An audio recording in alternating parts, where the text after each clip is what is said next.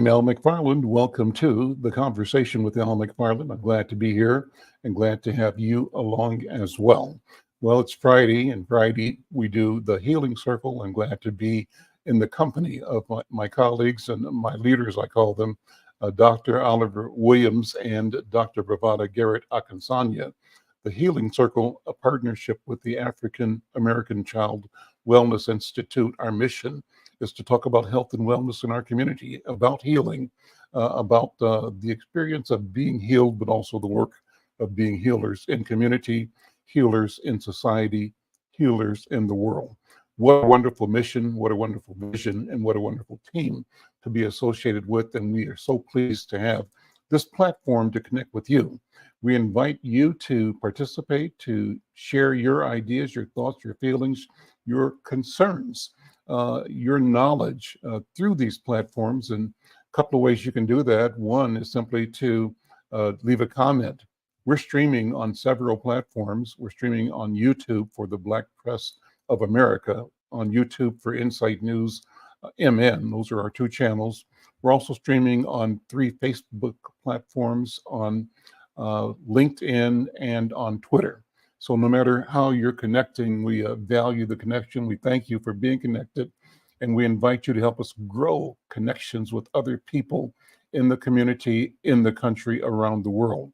Our mission is to provide what we call a robust conversation, an engaging conversation that lightens the pathway to self-realization and to effective being in community for all of us everywhere. Well, we begin our Fridays program with a special process, a protocol, and I invite Dr. B to come forward and sort of explain and guide us in that. And with that, will lead to a wonderful program talking with people who are community organizers, people builders, people connectors. We're talking about a project called Alice. We'll explain what that means momentarily. And then secondly, in the course of this hour, we're expecting a visit from our former mayor, Sharon Sayles Belton. And we've got a gazillion things to talk to her about, but we're inviting her to show up in part as an advocate, a surrogate for the Harris Walz campaign. So look for that over the course of the next hour. But let us begin, and we begin by saying hello to Dr. B, Dr. Bravada Garrett Akansanya, my queen, my sister. How you doing? Welcome. Thank you, my king, my brother. Happy Friday to you and our listening audience and family. I'm so delighted to once again invite people to just join us in this circle, in this virtual space. And I ask people once again to just be centered and stop for a moment and just take in a breath and let it out through your mouth.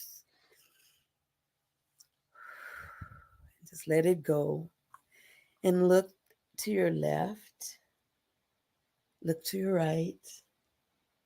Check behind you. Notice you're in a safe space. And as you sit there in the chair, allow yourself to connect to the healing space, to be here as a healer and as one who is healed and as one who is healing.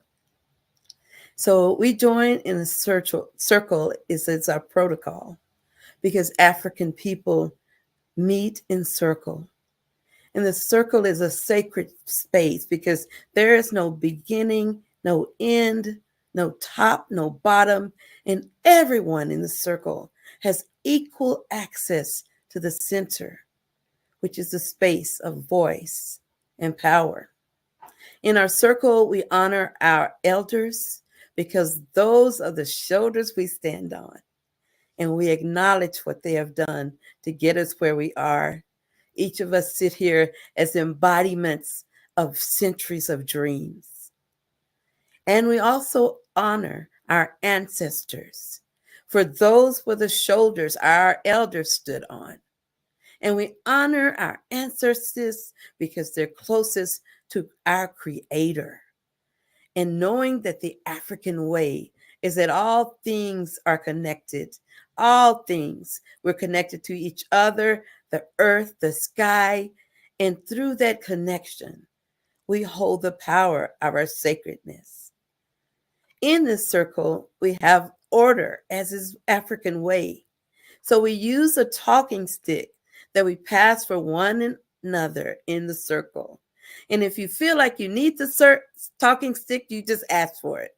And because we're virtual, of course, we're using a virtual talking stick. So as we use this talking stick today, we invite you to save voice, share voice, and be in a space of healing with us. And we say, welcome to the circle. So I pass the talking stick to Baba Al. Well, thank you. Let's bring in Dr. Oliver Williams. Dr. Williams, brother, good to see you as always. How you doing? Good to see you too. Hey, Bravada. Hey, brother. I'm doing okay. So I'm hanging in. It's good to be with you all today. Well, over the course of this hour, I want to make sure that all of us get a chance to weigh in on the what I believe is the top story of the day, and that is the emergence of Kamala Harris as the Democratic, now we think, leading candidate for the president of the United States, the election mere days away, several weeks away. And I want us to talk about that over the course of the conversation. We'll engage all of our guests around that theme as well. But two more things. Once, Dr. B, as you were speaking, I just was thinking about what I'm reading now. I'm rereading a book. I simply want to share it and ask people to check it out, because you mentioned African philosophy. And this book is called, African Philosophy, the Pharaonic Period, written by Theophile Obenga. It's a great book, and it talks about the question and the origin of philosophical thought in African people. And along with that, I'm reading a piece that also just my third reading of it, but it keeps me going. And it's a piece by a brother named Ikwe Arma. He's author of 7 novels, translates several scholarly works, including Obenga's African Philosophy, the Pharaonic Period. So he translated that into English for him. And it's a great book. So put those things out there for thought. Check them out. I'm excited. Hopefully you'll be as well. Listen, let me bring in my first two guests, and they are Stephanie Lewis and Dr. Aaron Baker. Guys, welcome to the conversation. Let me introduce you and pass the talking stick to you. And you can just lay out the ideas, the concerns that you're bringing for the conversation today. Stephanie has leveraged nearly 2 decades of strategy development and implementation, policy education, and operations, creating a reputation for building and positioning organizations for success. And so she works with teams to align time, talent, treasure, and to drive impact in organizations and communities. She's currently Associate Vice President for Advocacy and Community Impact at Greater Twin Cities United Way, where she leads both advocacy and community engagement, as well as strategy execution for Beyond the Dollar initiatives. We'll talk about that. She draws her expertise from roles in public, private, nonprofit sectors, and she adds value to conversations around trust-based philanthropy, around community engagement and activation, around systems disruption and organized effectiveness. She's a committed person to the idea of cultivating equity-centered, balanced, trust-based relationships between community and power structures. What's the mission? The mission is to advance systems change. And she's going to talk about, Alice, before I let you give the stick to you, I want to introduce Dr. Aaron as well. And then I'll pass the talking stick to you, Stephanie. And if you would, you can pass it to Dr. Aaron. And as Dr. B said, at any time somebody is moved by the Spirit, you jump in and grab the stick and say what you got to say as the Spirit moves you. Dr. Aaron Flicker is a PhD, MSW, LISC social worker, licensed social worker who's dedicated the last decade to leading research and evaluation teams that are focused on program implementation and outcomes, on policy evaluation, and on infrastructure development for evidence-based delivery models. And so prior to her research career, she worked as a behavioral health clinician across the continuum of care. Her doctorate in organizational leadership, policy and development specializes in evaluation, health equity, and implementation science. And she's particularly energized by engaging with complex problems and driving intentional, sustainable equity-centered system change. System change is the operation here. I mentioned the word Alice. I'm going to go first to handing the talking stick to Stephanie Lewis. What is Alice? And Stephanie, welcome to the conversation. Welcome to the Healing Circle.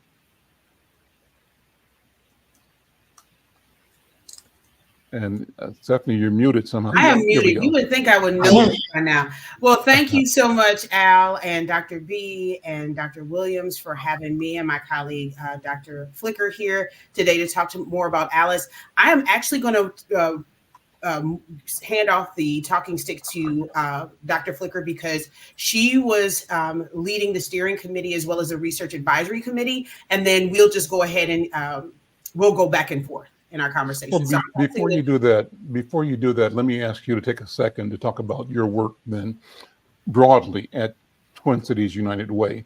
And let me also, in the spirit of transparency, let our viewers and listeners know that you and I are connected because I serve as the chairman of the board of directors of Greater Twin Cities United Way. So I have a vested interest in ensuring that people know and engage, embrace, and support the work, vision, and mission of Greater Twin Cities United Way. And I want people to know that. Stephanie, talk about you first for a minute, and then we'll pass the talking stick over to Dr. Flicker. Well, yeah, I mean, my bio covers most of it, but the reason why I'm here at this work is that Greater Twin Cities United Way, it deeply connects to my why. And part of that why is that my family is a part of that Alice, the Alice population that Aaron and I will speak a little bit more on. But my work here at United Way, the advocacy role is a new part of my responsibilities and accountabilities. And I'm excited to have that. I have a background in public policy. I have a master's in public policy. And my role here at United Way is really to go deeper into our advocacy work and really advance that as, I see advocacy as a tool for systems change. And one of the things that I am most passionate about within advocacy at United Way is really to get it to align it to the rest of our work, the rest of our systems change work. And that means really looking at how advocacy shifts over time. And we know it's incremental. And so really moving the organization from a year to year viewing of advocacy or just legislative year to seeing that this is 24/7, 365, and it is very incremental. And so really excited about some of the things that we are working on, the initiatives. I just hired somebody, really excited to bring on that new person to get them started and engaged in the work. And we really see that Alice, this data set about lived experiences, will definitely support future policy conversations about how to really create communities where everyone thrives. With that, I will pass the talking stick over to my colleague Aaron to talk about Alice. Thank you, Stephanie. And thank you, everyone. I'm really, really excited to be here today. I just want to do a quick elevation of Stephanie's work because the way she talks about it so casually, she's like, oh, yes, I'm doing systems change. But Stephanie has been literally instrumental in so much of the work that Greater Twin Cities United Way does. She oversees all of the operations team for all of the grant making work we do, in addition to the advocacy work. And what I really appreciate and what I think ties to what we're talking about today is that Stephanie has brought this lens of looking at like shifting of power as wins in policy work. And I think that that's just really, really been advantageous on so many levels when we're engaging in the platforms that we engage with. So I'm really glad to be here with Stephanie today to talk about Alice. And I think for myself, I've been with United Way for a couple of years now. I oversee the impact evaluation work and Alice as it's come to the state. And what Alice is essentially, is a new way of understanding financial hardship that folks are experiencing across the state. And what I think that this offers us is yet another tool of understanding the impact of structural racism in our programs and looking towards community-led solutions for that. Alice started as a small research project for one county in northern New Jersey. It stands for Asset Limited, Income Constrained, Employed. And what the folks in that county were realizing, they were seeing that they were being flagged as one of the wealthier counties in their state, and they were still seeing a really high need or high request for services and supports. And they were really puzzled because they're like, we don't understand. Our poverty levels are relatively low. What's happening here? And I think that since Alice has started, there's become more of a mainstream conversation about the way in which the federal poverty guidelines are inadequate in understanding the experiences of people across community. And that conversation is happening in spaces and places that it hasn't necessarily happened historically. But 15 years later, Alice, this asset limited, income constrained, employed data set is now a national project. And really it's a movement towards making meaningful community driven systems change. Ultimately, and I think that, I'm sure y'all have some understanding of it, but our poverty rate that we tend to use in conversation right now, it's based on the federal poverty guidelines, right? They were developed in the 60s. They were based on like minimum dietary requirements at the time. And what we know is that as these have been updated, they've been relatively static. As they've been updated, they just haven't kept pace with costs of housing, transportation, healthcare, childcare, all of those other pieces that are elements of our basic needs that we have across our state. So Alice has become that vehicle to paint a more clear picture of struggling households. Our inaugural report was launched this Tuesday, September 10th at the Rotunda at the state capitol here in Minnesota. And we're really excited because these data are publicly available. Any and everyone can use them, but since we've been able to have this deeper analysis of American Community Survey data and other indicators that we use from DEED, from HUD, from different across the state, we've been able to create essentially a survival budget, which is the minimum necessary to live in our current economy. But this survival budget is responsive to places. So we know that the cost of living in rural Minnesota may not be the same as the cost of living in the metro. So we've been really able to dig down to really a zip code level, understanding what these costs are that families are experiencing to be able to afford the bare minimum, the housing, childcare, food, transportation, healthcare, basic technology, and then taxes on top of that. And these data show some really interesting things. So overall across the state, the average survival budget is about $77,000 a year for a family of four. This compares to like a single adult, you'll see like $26,000. But what we know about the federal poverty guideline is even at 200% of the federal poverty guideline, this number well exceeds it.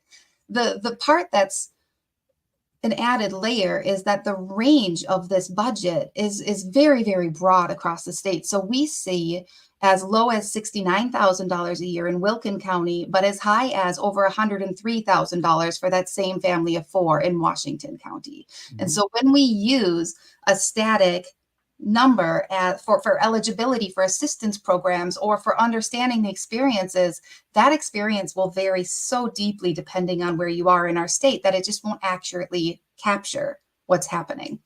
And so when we pair this survival budget that we've created using Minnesota specific indicators with what's reported in the American Community Survey, the census data, we can see in 2022, overall across the state, 36% of households are not reaching the threshold of what is necessary to make ends meet. And this varies significantly by demographics, as we would expect and know. And so what it ultimately breaks down to is we see actually about 60% of households, 60% of Black households and Native American households are below this ALICE threshold. 45% of Hispanic households, again, using census terminology. And so that's how they understand identity. So 45% of Hispanic households are below this ALICE threshold. And so we see significant disparities show, or significant differences, right, in ability to navigate these systems show up in those numbers. We also see differences by family composition. So if you are a single female-headed household, you are 72% of single female-headed households are below this ALICE threshold, compared to 12% that are below that threshold for married households with children.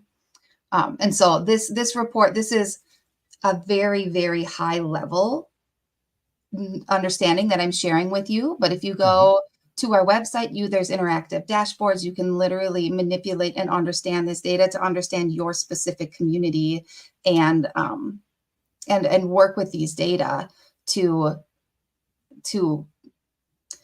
substantiate and collaborate to unify the stories that we're hearing, right? And to really elevate this experience into the spaces and places that it makes sense to elevate them. So I want to pause. I can keep going, but I want to pause and see if anybody wants the talking stick for a moment to ask any questions really quickly. Well, Stephanie, why don't you come back in? I'm sorry, say that again. Why don't you continue with that? Why don't you give us more information and more insight? So I mean, Aaron really shared a lot about gave a high level overview of the data, but now we're going to talk about what does this mean? We know that this data exists. We know that this is robust and we're all excited about it, but what does it mean for the deeper work, like how we do our everyday work? And some of the things that I want to just lift up and just this, I believe that there's a ton of possibility with this data. A couple of things just immediately is one, how this data set in and of itself is really raising awareness. I'm sorry, the wind. This data set is raising awareness across the United Way network, but then also in the states that they are located in, about this largely overlooked population. And honestly, it's only overlooked until people only pay attention to this population every 4 years, right? During election. And I know you're going to be talking to Mayor Sayles Belton, but that's when we talk about the struggling middle class. And we also understand that the middle class is getting bigger and bigger. And so we're just really figuring out what is the middle class? So that is a whole nother conversation, but it's a raising awareness about a largely overlooked population. And really it helps us to better understand our communities, better understand our neighbors, better understand the people that are colleagues, right? We may have colleagues that may be in the ALICE, in the ALICE population. I know I have family members that still call, 211 resource hotline for help when they are struggling to put food on the table, or they need to find affordable childcare, or they need to access, childcare scholarships. Where do they start? So this information has a lot of value in those spaces. It really helps us in terms of policy, because we know that, Aaron has mentioned the federal poverty guidelines. And when we're proposing legislation, when we're reading about proposed legislation, about additional investments in these programs, they are anchored in this pretty much archaic federal poverty guideline. And what this does, this expands the conversation and really asks who really does need our help. Right. It's not just the worst of the worst. It's pretty much everybody. 40%, I think Aaron mentioned it, 40% of the state of Minnesota is below the ALICE threshold. That means literally 1.5 of us on this call is struggling to make ends meet. And so we need policy that really reflects the everyday experiences of the people, of our neighbors, of the people in our family, of our colleagues. And so that's what we can use this data for, is to have those deeper level conversations and really begin to identify what really are the problems. I'm taking a note from Dr. Myers. What are the problems we're really trying to solve, and develop policy solutions that really meet those problems, address those problems. Let me add a stick right quick. I'm just excited. So thank you so much, sister, for sharing about poverty. and what it looks like. I understand. I always have this, remember this joke on Eddie Murphy Trading Places, and the man says, "I'm sure you're from a broken home." He said, "Yeah, we were broke, so what?" So a lot of us grew up in less than, I think, adequate housing, food. A lot of us grew up in that. And I think about it when I think about, since it's hurricane season, I think about it when I think about New Orleans. And everybody was telling everybody to get out of town. And they kept asking, why are all these Black folks still here? They're not heeding the warning. They never thought for a minute that all of them, those people that they were referring to, they take public transportation. And then at the end of the hurricane, they showed all these school buses flooded, all the city buses flooded that could have taken people out of the city. So I understand how we forget what poverty looks like. And that mayor was a Black man. So it's not necessarily a racial issue. It's a cultural understanding of where you are. Even this week, like yesterday or today, I talked to one of my clinicians about sending one of our trainees out to a far place in the other side of St. Paul, only to find out she doesn't even have a car. So the key is what you're doing, what you're describing needs to be elevated in our discourse.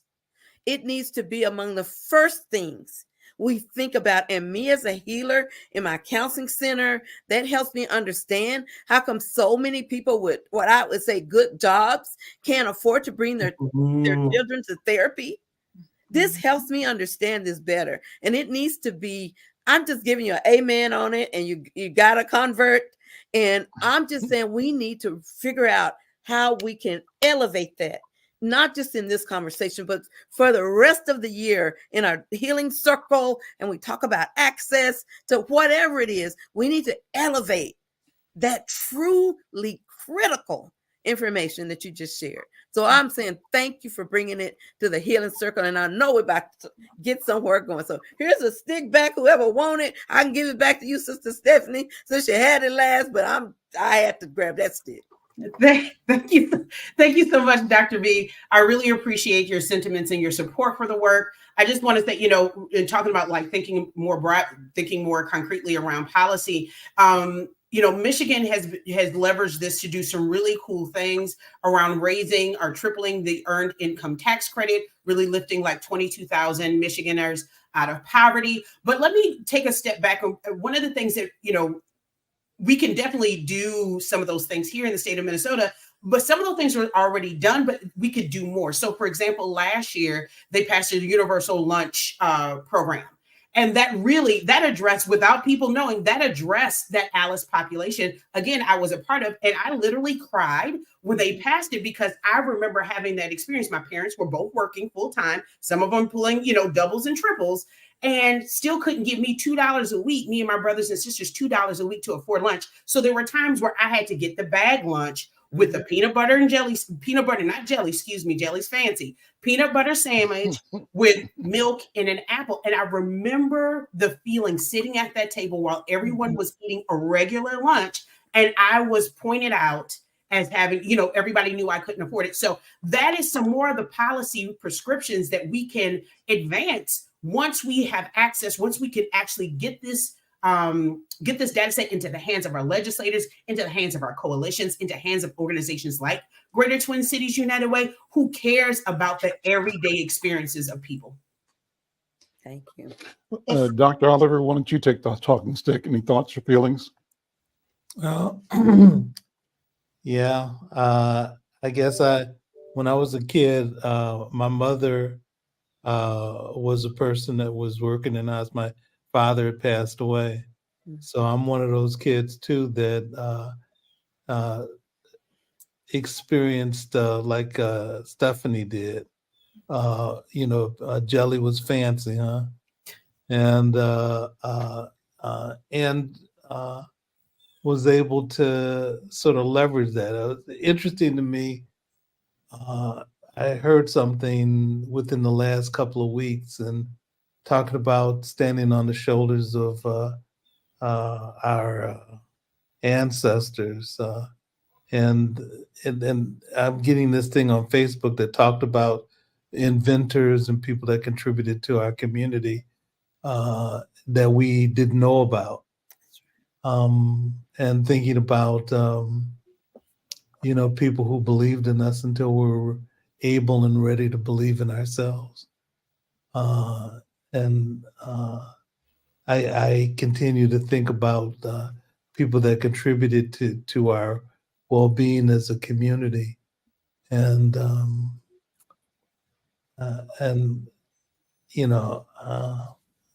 I guess I'm moved by it. Yeah.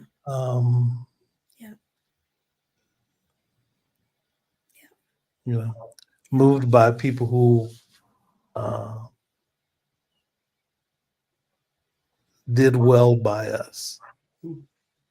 And so I think that as we continue to support the work, I think about the work that Sam Myers has done and things that Sharon did as the mayor of Minnesota, and that she continues to do, and Michael, her husband, to do well for people who contribute to the well-being of the community.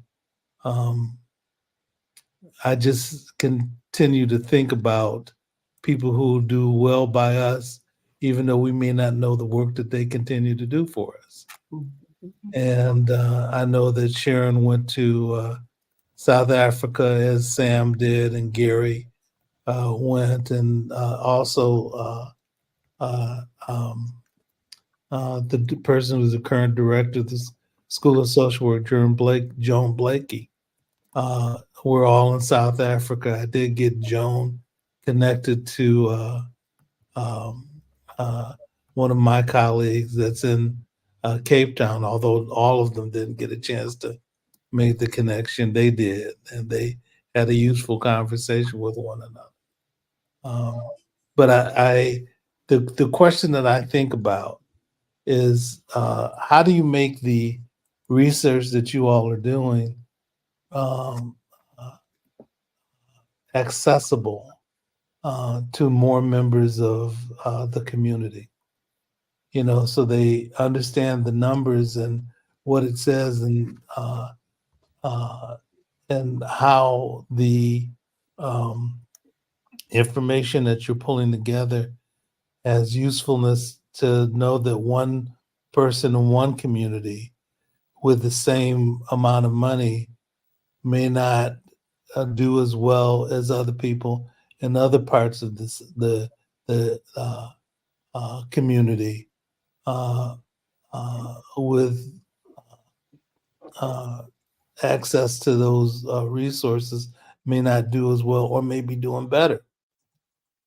And how do you make that useful and that information useful to people who are in other parts of the city or different counties? How do you communicate that to them and let them understand what you need, basically, to be able to survive? It may be different. And how do you end up educating people about what that means and how they can utilize that information to do better? And what does better mean? In different places that you're located in. So that's something that I think is important. But the other question that I have is, how do people hold on to that spirit that helps you understand what it means to do better? That I've been thinking about Maya Angelou, and the comments that she's had been making. She says, "Well, how do you do better?" She says, "Well, you do what you can for as you're doing your work and living your life, until you know how to do better. And then when you learn how to do better, then you apply that, then you start doing better." So you do better until you know how to do better. And then when you do learn what those things are, then you do that. So those are the things that I was thinking about as you were uh, all talking and sharing your insights about this work. Well, let me expand the conversation. Thanks, Dr. Oliver. One of the things that I thought about as you guys were presenting, Dr. Flicker and Stephanie, was the marvelous work of UROC in North Minneapolis. And why it was important was that there was a crisis in community where researchers wanted to do studies on Black children, Black youth, work that needed to be done, but the way the work was introduced, the community ran headlong into resistance of people who were saying, we're sick and tired of being researched and having the product of that research sit on the shelf somewhere. Somebody else gets the money, we get the misery. We get the misery, they get the money. Our misery ends up being somebody else's business, their livelihood and their future and their fortune and their fame. And our community said, we object. The consequence of that was the emergence of the continued development of the UROC proposition, the university's Urban Research Outreach and Engagement Center. And one of the things that struck me in my meeting with Dr. Irma McLaurin, the originating director of UROC, was a clear picture on the need to understand, to know, to use, to engage, and to navigate the future with data-driven decision making. And here we go with Erin, a way to, as Dr. Oliver just mentioned, broadly present the data, broadly present access, broadly present awareness, and enable neighborhoods, families, communities, individuals, institutions to compile and reconfigure the data, to research the data to give us better decisions. Well, with that, Erin, if you and Stephanie allow me, I want to bring in, I will say Dr. Mayor, former Mayor Sharon Sayles Belton, and she's been a player in moving our community forward, not only locally, but nationally. Sharon Sayles Belton, good afternoon. Welcome to the conversation and to the Healing Circle. And I said before you came, you were going to be joining us as a surrogate talking about the powerful and historic Harris Walz campaign. So with that, let me hand the talking stick to you, inviting you to talk about that and more, in as much as we're following the maximum Dr. B opened with, and that is that we understand that everything is connected. All of us are connected. All of the ideas, all the interests, all the solutions are connected. And you, Mayor Sharon Sayles Belton, are a solution maker. Good afternoon. Welcome, sister. Good afternoon. I'm delighted to be here with you and all of these esteemed guests. I've enjoyed listening to this conversation and really appreciate the opportunity to lend my voice to it and maybe explore with all of you how we can answer the question that we just heard Dr. Oliver speak to, and that is getting information, to our community and to our community leaders so that they can apply that information and improve the quality of life of people in our community and as well in other communities across the country. This is not a new problem, and it is not a problem unique to Minneapolis. And we've got to find better ways of bringing the power of academia to city leaders and community leaders across the board. I want to just tell one quick story, if I could, before Please. I launch into the case, for the Harris Walz ticket. And I just I want people to just remember the year 1995 in the city of Minneapolis. That was the year that there were a record number of homicides in a very short period of time. What we learned about that circumstance is that a lot of the individuals who were involved in those crimes were young people between the ages of 13 and 25. And we asked the question of ourselves, what's going on here? what is the reason that we find so many of our young people and many of them youth involved in violent crime? Well, we didn't have all the answers to those questions, but I'll tell you what we did. We looked to the people who we thought could bring us that information and could give us some answers and who could help us devise some strategies. One of the places we went to was an organization called the Search Institute. And I'm sure many of you remember the Search Institute. It was run by Dr. Peter Benson for a number of years. So we went to the Search Institute and we asked them questions about youth development and leadership and conflict, etc. But we also went over to the University of Minnesota's Child and Youth Development Center and the professionals there. And we asked them to take a look at the information that we knew about these crimes, some of the other circumstances that may be contributing to the crimes in those areas where the violence was taking place, and to help us better understand what was going on and what might be a practical solution. Because everybody believed that the solution was, let's just hire some more police. Police aren't the solution because they're not the ones who are committing, in this instance, the crimes. It was young people. What are the motivations of young people? How does brain development work? I mean, we asked a number of critical questions. And then we actually hired an epidemiologist to help us, pull all of that information together and give us an important, in-depth narrative for what the problem really was and what the possible solutions were. Guess what?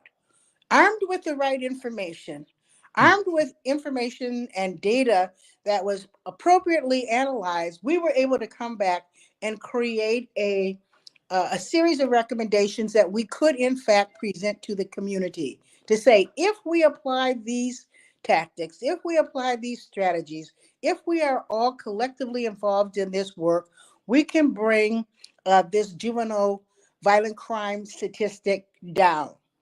Well, you know what? Because we took the time to really get the right information properly analyzed, because we were willing to go back out to the community and explain to them what this data meant and how it contributed to the formation of the recommendations, we got everybody to buy in, get on board, collaborate, and we were able to, in fact, and the data shows this, so I'm not just patting myself on the back or anything like that, we were able to drive that youth violent crime statistic down in less than a year because we did the right thing. And one of the right things means bringing everybody to the table and letting everybody contribute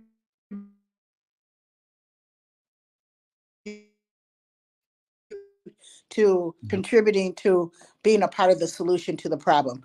So, you know what? My view is that there are some formulas for how the academic community and our grassroots community, our activists, our advocates can all work collaboratively together to resolve the problems that we're experiencing even today in our community. We need to take the time to do that. We need to ensure that all the partners are at the table. So I'm going to continually advocate for answering the question that Dr. Oliver put so eloquently on the table. How do we take the knowledge and expertise that we have and bring it to the community and actually solve our problems? How long in Minnesota do we want to live with the disparities that we have been talking about for the last 20, 30, 40, 50 years? How long? Real good. Great question. Thank you. Thank you, Mayor Sharon Sayles Belton. Let me ask you to go straight into your work now as a surrogate for the campaign and talk about the importance of the campaign, how that ties into what you just said. You know, one of the things that I think about always when I think about this particular campaign, I think about the issues of leadership.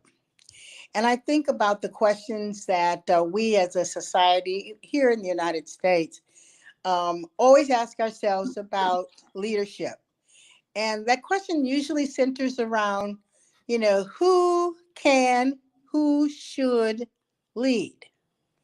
Now, having been, the first woman and the first African American elected mayor of the city of Minneapolis, I will tell you that there were a number of people who questioned whether or not I could lead a major U.S. city, lead the city that I grew up in. And for many, the question centered around two issues. She's Black. Can she lead effectively? She's a woman. Can she lead effectively? Is she tough enough? Shouldn't she be home with her kids? Now, isn't there some more reasonable work that she can do? All of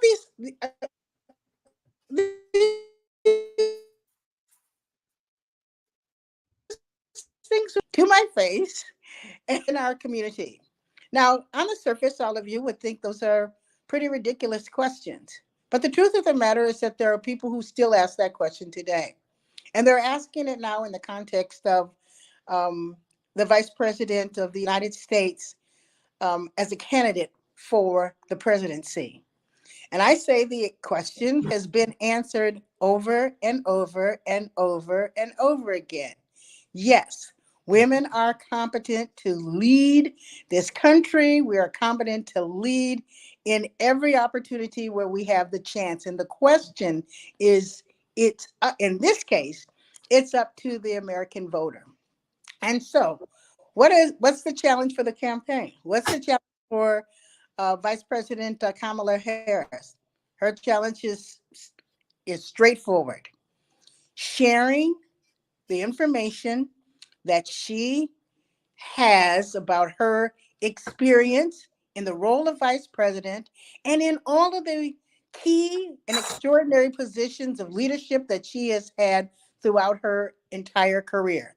She has had to make the tough decisions when she was the city attorney. She had to make the tough decisions when she was, the attorney general. She's had to make the tough decisions when she was a senator. She's had to make tough decisions, informed decisions when she was, or as she served as the vice president of the United States.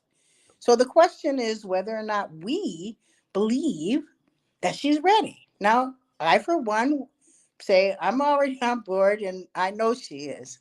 I know she is. I know she is because I have looked at her record. I have listened to her articulate her experience and as well apply that experience to how she would take on the responsibilities for being responsible for the greatest nation, at least in my opinion, in on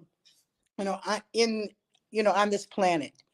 Can she stand up to bullies? Well, one would say that she had the opportunity to do that just a few nights ago. That's And I right. think she did very well. But that's not really what it's just all about, right? This is not about just, in my opinion, about beating Donald Trump, who is her challenger or who she's challenging. I think this is really about the confidence that we have as the American people that this individual can do the job without regard to her race, without regard to her gender. There have been countless examples that we as women have had to face when we were, again, trying to demonstrate our competency. Just think back about that, if you would, for just one moment. There was a time when we didn't believe that women could be firefighters. In fact, we called the position firemen. There was a time when they didn't see women as being leaders in law enforcement. And in fact, back then they called the job policeman. We don't use those archaic terms anymore because we have demonstrated over the years, that we can do any job that we are trained and qualified to do.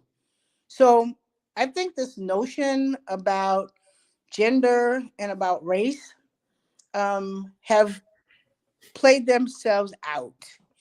And again, trust me, I know and understand and believe that there are people who don't really accept that notion, and they're stuck, in the past.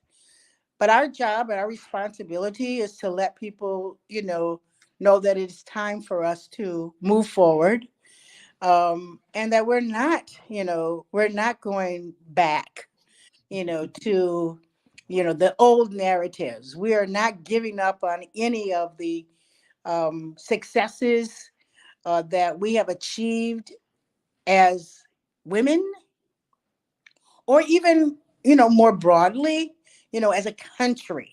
Mhm. And those are the messages that I want to articulate each and every day as people ask the question about who they're going to vote for. Mhm. Most of my friendship circle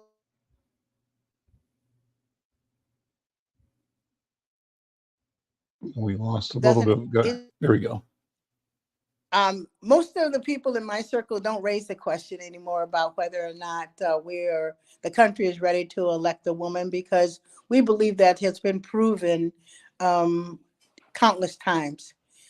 Women have been appointed to head some of the most influential divisions in our government. And we can point to women on both sides of the political party. Condoleezza Mhm. Rice, for Mhm. example.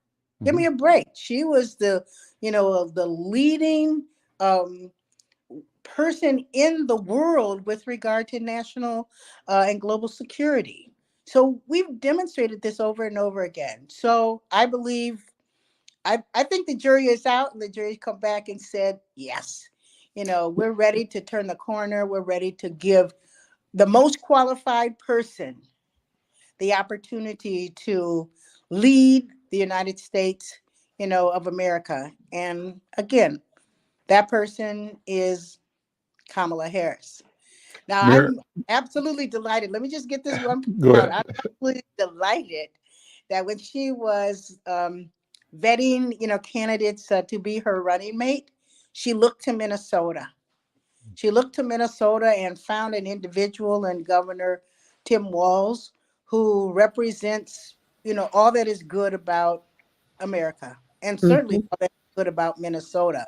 mhm. I will tell you, my phone was ringing off the hook when she announced that him as her choice. And the people who were calling me were calling me from, again, Washington, D.C., New York City, California, Montana, Wyoming, for that matter. It was Mhm. just incredible. And the reason why they were excited is because they knew Tim Walz's record, and they really believed that he represented, the heartland of America. And that's what we need. We need to bring the heartland of America back into the White House so that we can lead the nation forward. We need to put the divisiveness that unfortunately has dominated the debate between Republicans and Democrats behind us and move forward as one. So I just wanted to get that out as my opening statement, Al, and Mhm. look forward to, you know, rigorous discussion. Well, we'll probably do that in succeeding weeks because we're getting out of time already, but what a wonderful beginning. But I want to throw out one question and ask everybody to grab it. And I want to invite everybody back because I think this is a conversation that has to go on and on and on. In fact, that's the premise, Dr. Oliver. How do we communicate this broadly, consistently, all the time, everywhere, so that ordinary people uh, uh, That's right. master the vocabulary that allows us to articulate our victory, our future, our success, and our will in creating and being co-creators of the future.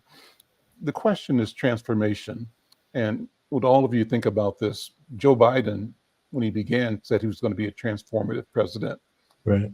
I think I know what he means right now, because in selecting Kamala Harris, he's really brought the epitome of that idea forward and placed it in motion. And guess what? Uh, Tim Walz, exactly the same thing.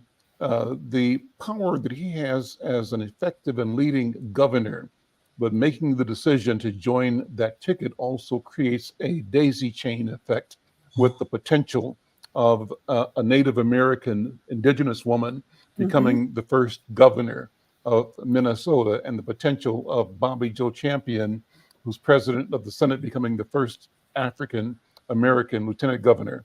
A chain of events, all of it around the question of transformation. Dr. Aaron, Dr. B, Stephanie, Dr. Williams, and Mayor Belton, Sharon Sayles Belton, is transformation what we're talking about right now? Is transformation at hand?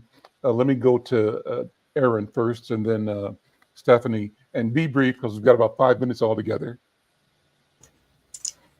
Yes, absolutely. I see that we're right on the cusp of a space and time where I can see some pretty incredible things happening for our country. And I want to make sure that everybody has a chance to speak. So I don't want to take too much time, but I think that that is a really great way of understanding the way in which transformation can happen. And how does a tool like Alice fit into that? So Alice, I feel, just to think of Dr. Oliver's question earlier, Alice is a conversation. It's a data set, yes, but it's the conversation. And I think that what we've been talking about as we're talking about this transformation is stories, conversation, and community based. And so I think that Alice is going to be a part of this conversation and is going to be an inherent part of that transformation that's happening. Stephanie, would you take the talking stick? All right. And you're talking about, what's the question again? So I want to make sure I want to. Well, what's on your heart? No, what's on your heart? You can speak to what this moment is speaking to you.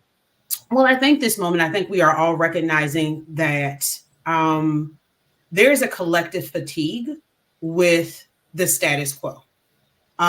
We are tired of seeing our neighbors, our friends, our family members going without, and they're working hard and they're doing all the things, they're doing all the right things, and they're still not getting the promise of the American dream, right? And I think there's a collective fatigue in that. And I think we do want to go forward. We're at this point where we're willing to try new and different things in order to get there. And I think there's a will where there wasn't 40 years, there wasn't 20 years ago, hell, there wasn't 10 years ago. And so I think tools like Alice and, getting out the vote and all, with advocacy, systems change driven advocacy, I think we'll get there. I think we'll get to, we'll start to enter where we can begin to see transformation, not just, discrete wins, but wins that lead to, transformative systems change. So I'm really excited about this moment. I think, we are at a point where we can do some meaningful things here, and I'm really excited. Dr. Oliver, I'm passing talking stick to you. 30 seconds, maybe a minute, thoughts, impressions. Well, the thing that I think about is the fact that you have evidence that Kamala Harris and Tim Walz have been useful in trying to get community to do better and have evidence of that. You don't have that with Trump. What you have with him is a person that wants to look backwards to, and I also think about rigging. He has rigged the system to work better for his group of people who haven't done well by, most people. But you have Kamala Harris and Tim Walz that have evidence of trying to do better, for more people, and have Sharon Belton, who has evidence of doing well by the groups that she has led, and evidence, in terms of her work. So, and I also was pleased that the debate that Kamala Harris showed that she was very capable of handling a person who's been a bully. So, so I'll keep it there and let you. Let me ask Sharon Sayles Belton to take 30 seconds with the introduction, and then we're going to close with Dr. B. Mayor So Belton. the one thing that I would just say is that electing Kamala Harris, President of the United States, and Tim Walz, who's our Vice President, would be a very great thing. But I will also tell you that we need to be paying our attention to who's also in the House of Representatives and the United States Senate. We saw under President Obama how a Republican Senate really tried to thwart his entire agenda. So again, in order to get things done, you have to have collaboration on multiple levels. And so let's pay attention to the big picture as we come into this next season of politics in America. And Dr. B, you're going to close us out. Okay, I'm glad to do that. We come back full circle, realizing that we stand here the embodiment of centuries of dreams. We hold the power of generations of people who could not vote. We hold the power of generations of people who have died so that we just pick up that pen and write who we want and use our minds, our bodies, and our spirit to overcome any oppression. Ain't nobody gonna stop us. Ain't nobody gonna turn us around but us. And we must remember, it's not all about us. The time is now. And that's a divine appointment. And with that, I drop the mic. There we go. Well, the mic has been dropped. Thank you all for being here. Sharon, you have to come back and talk about South Africa. And a bunch of more. I mean, I think we need to have this conversation about South Africa and about the election a bunch of more times between now and the election. Yes. Can I call you back again? Absolutely, Al. Good to talk to you today.